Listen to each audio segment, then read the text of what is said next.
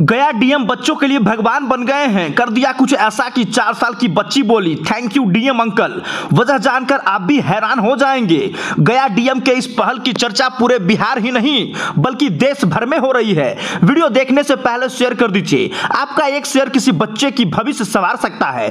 चलिए पूरी वीडियो हम विस्तार से बताते हैं। गया जिले के सुदूरवर्ती क्षेत्र टेकारी की स्वीटी की एज महज 4 साल है। जब वह 2 साल की थी तब अक्सर माता पिता के पुकारे जाने पर वह अपनी प्रतिक्रिया नहीं देती थी। माता पिता को लगा कि शायद बच्ची को बोलने में समय लगेगा, लेकिन समय बीतता गया और बेटी की स्थिति बिल्कुल पहले जैसे ही थी। इसे लेकर स्वीटी के माता और पिता काफी चिंतित थे। स्वीटी को लेकर कई अस्पताल गए लेकिन कोई फायदा नहीं हुआ। इनके पास इतने पैसे भी नहीं थे जिससे वो अपनी बेटी का इलाज किसी बड़े अस्पताल में करवा सके। इसी बीच गांव की आशा दीदी ने स्वीटी के पिता चंद्रदास को बताया कि हेल्थ डिपार्टमेंट के द्वारा ऐसे बच्चों के कानों की जांच की जाती है और किसी परेशानी होने पर इसका इलाज कराया जाता है। उसने बताया कि इसके लिए श्रवण श्रुति कार्यक्रम के तहत कैंप लगाया जाता है।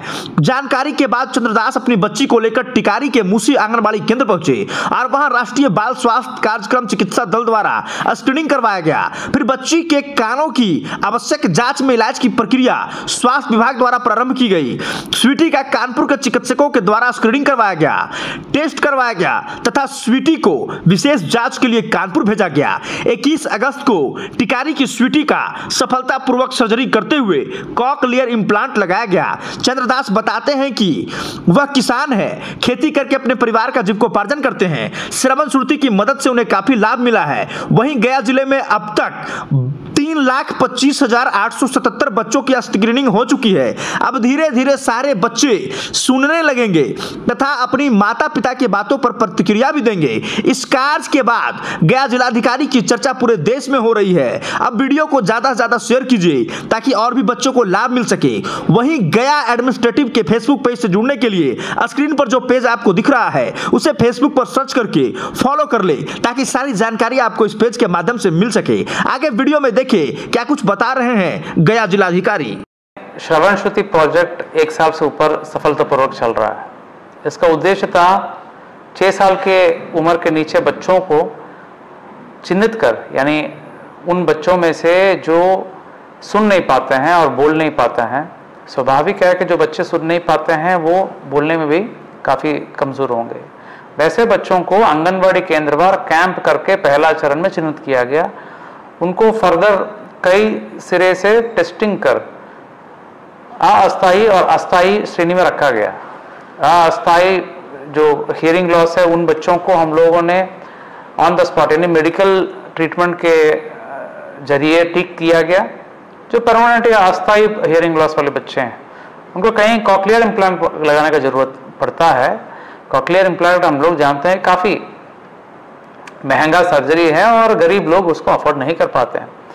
वैसे में जो ADIP स्कीम है और सरकार के विभिन्न स्कीम्स हैं उसको कन्वर्ज करके उनको मुफ्त में कॉकलियर इम्प्लांट और फॉलोअप स्पीच थेरेपी भी हम लोग करा रहे हैं। स्पीच थेरेपी सेंटर भी हम लोग यहाँ पर शुरू कराए हैं गया में, जो कॉकलियर इम्प्लांट के बाद जरूरत पड़ता है ताकि जो बच्चे सुनने में सक्षम हो जाते हैं उनको बोलने में भी प्रशिक्षण दिया जाता है।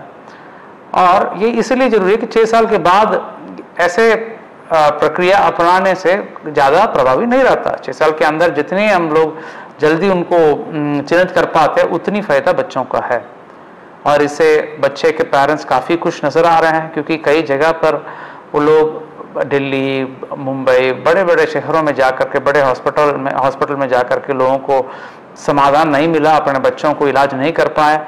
यहाँ पर अपने आप उनके सारे देखभाल, एक पैसा खर्च के बिना सारे देखभाल करके उनको ठीक कराया जाता है। उसको लेकर के पेरेंट्स के बीच में काफ़ी अच्छा रिस्पांस है। काफ़ी लोग अप्रोच भी कर रहे हैं जिनको लगता है कि बच्चों में कुछ ठीक नहीं है कुछ चीज़। तो हम लोगों का लक्ष्य है कि जो ऐसे सभी बच्चों को चिन्हित कर हम लोग उनको सर्जरी करा करके या जो जरूरत हो करा करके ठीक कराया जाए। अभी तक 3 लाख के ऊपर बच्चों को स्क्रीनिंग किया गया है जिसमें 537 बच्चे ऐसे मिले जो सुनने की क्षमता कम पाए गए हैं। वैसे बच्चों में से लगभग 19 बच्चों को कॉकलियर इम्प्लांट सर्जरी भी किया गया है और बाकी बच्चों को मेडिकल ट्रीटमेंट के जरिए ठीक किया गया है। तो इस प्रक्रिया का जारी रखेंगे जब तक हमारे सब बच्चों सुनने की क्षमता प्राप्त ना हो जाए, ये प्रक्रिया जारी रहेगा। इसमें मीडिया, आम जनता, जनप्रतिनिधि सबका सहयोग जो है काफ़ी सराहनीय रहा। और एस.एन. मेहरोत्रा इंस्टीट्यूट जो ADAP स्कीम के तहत हमें सपोर्ट कर रहा है, उनका भी भूमिका काफ़ी अहम रहा।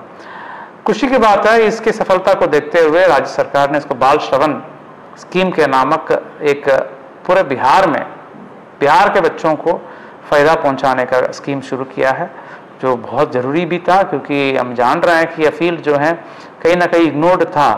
तो खुशी है कि गया के जरिए यह क्षेत्र एक प्रोमिनेंस में आया और पूरे बिहार के बच्चों को आज फ़ायदे मिलने वाला है। रहने वाला विनय कुमार, मेरी बच्ची का नाम वंदना कुमारी है और ये कान से न सुन पाती है।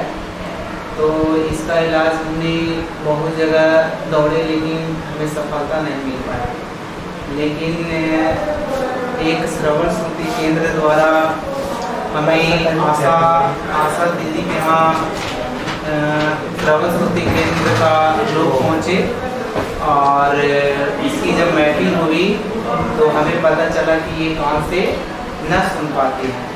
तो श्रवण स्मृति केंद्र द्वारा लोगों द्वारा बताया गया कि आप इसका ऑपरेशन कराइएगा, तब आने वाला भविष्य में ये सुन सकती है, और न तो फिर सब दिन के लिए विकलांग ही रह जाएगी कान से।